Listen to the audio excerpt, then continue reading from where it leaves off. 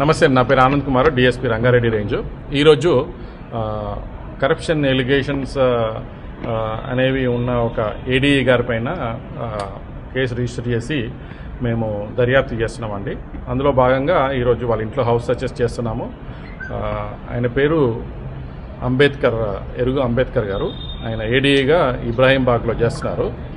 ఆయనతో పాటు ఆయనకి సంబంధించిన కొద్దిమంది ఎవరైతే క్లోజ్ అసోసియేట్స్ ఉన్నారో ఈ యొక్క కరప్షన్ యాక్టివిటీస్లో భాగం పంచుకుంటూ ఎవరైతే ఆయనకి క్లోజ్ ఎయిడ్గా ఉన్నారో వాళ్ళందరికీ ఇండ్లలో కూడా సోదాలు చేయడం జరుగుతుంది.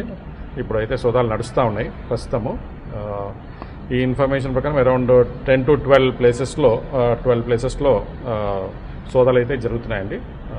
రంగారెడ్డి డిస్టిక్లో ప్లస్ హైదరాబాద్ డిస్టిక్లో కొన్ని చోట్ల, మెదక్లో, తర్వాత నల్గొండ ఏరియాస్లో కూడా ఈ సోదాలు అనేవి జరుగుతున్నాయి ప్రస్తుతం.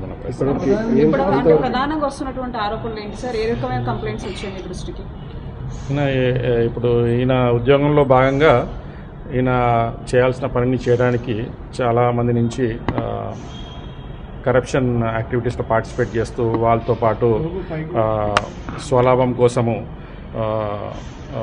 కొన్ని చేయకూడని పనులు చేస్తూ పర్మిషన్స్ ఇవ్వాల్సినవి కాకుండా ఏవైతే ఉన్నాయో వాటిల్లో పర్మిషన్స్ అడ్డగోలుగా ఇవ్వడము అట్లాంటిది చేస్తూ కొంతమంది అధికారులతో పాటు కుమ్మక్కైపోయి ఈయన కొంచెం చాలా కోట్ల రూపాయలు వెనకేసినట్టుగా మాకు సమాచారం ఉంది.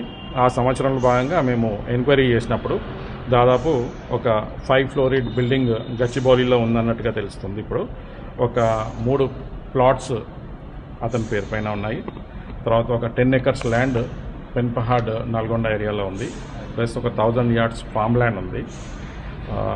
ఒక ఫ్లాట్ కొండాపూర్లో ఉంది. సో ఇవన్నీ కూడా ఇప్పటివరకు అయితే మాకు దర్యాప్తులో భాగంగా తెలవడం జరిగింది.